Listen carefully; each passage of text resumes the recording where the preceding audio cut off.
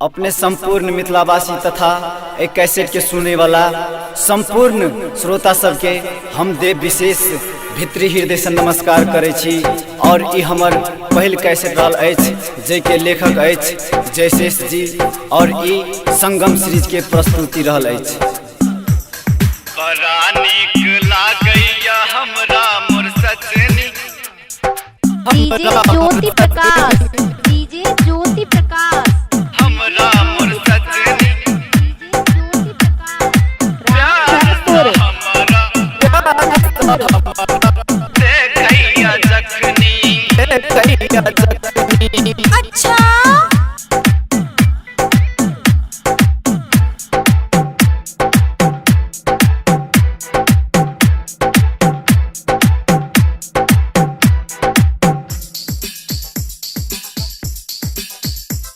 बड़ा नीक लागैया हमरा मोर सजनी, हमरा मोर सजनी हमरा मोर सजनी, बड़ा नीक लागैया हमरा मोर सजनी, प्यार सा हमरा देखैया जखनी, प्यार सा हमरा देखैया जखनी बड़ा नीक लागैया हमरा मोर सजनी, प्यार सा हमरा देखैया जखनी, देखैया जखनी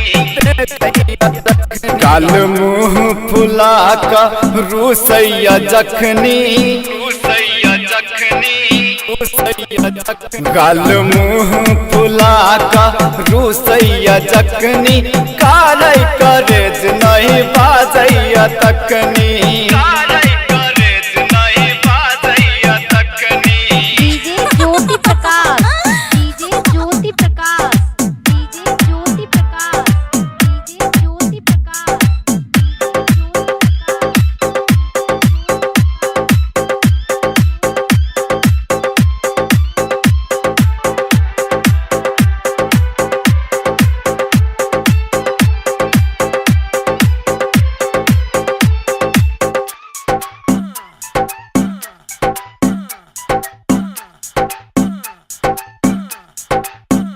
दूर भाका एको घर मनने लगैया के झलक देखैला मन तरसैया, मन तरसैया मन तरसैया। दूर भाका एको घर मनने लगैया के झलक देखैला मन तरसैया, मन तरसैया मन तरसैया। ओकर चांद सन नीमन चेहरा के ओकर करू बड़ाई हम ककरा से, ओकर चांद सन सुंदर चेहरा के ओकर कहू बड़ाई हम ककरा से, प्रिया जानो सजादा प्रिया हमर जिंदगी में हम बुझै छी, बड़ा नीक लागैया हमरा मोर सजनी, हमरा मोर सजनी हमरा मोर सजनी, बड़ा नीक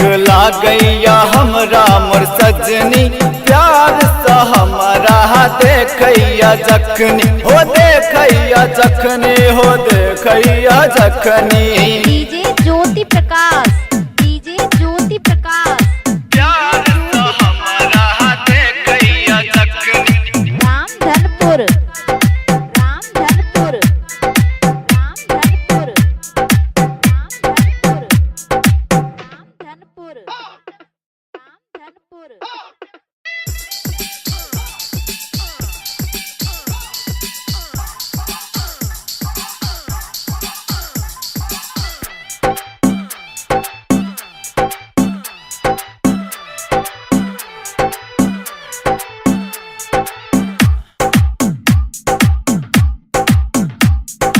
जहिया सा जिंदगी में लैया हमरा के मानक गाम में भेलै सवेरा, बेलै सवेरा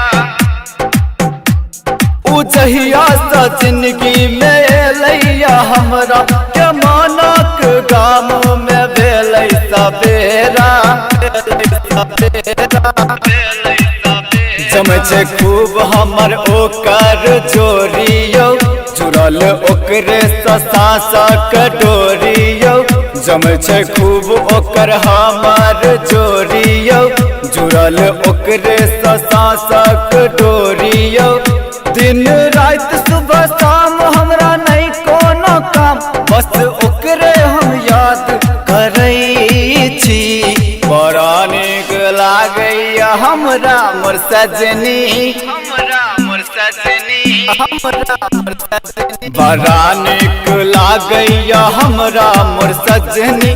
प्यार से हमरा देखैया जखनी, प्यार से हमरा देखैया जखनी। बड़ा नीक लागैया हमरा मोर सजनी।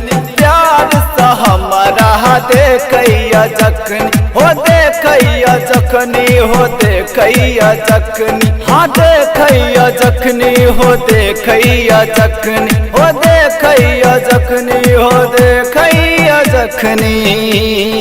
चल चल बुझ गेलियो। अपने संपूर्ण मिथिलावासी तथा एक कैसेट के सुने वाला संपूर्ण श्रोता सबके हम देव विशेष भित्री हृदय से नमस्कार करे छी। और ई हमर पहिल कैसेट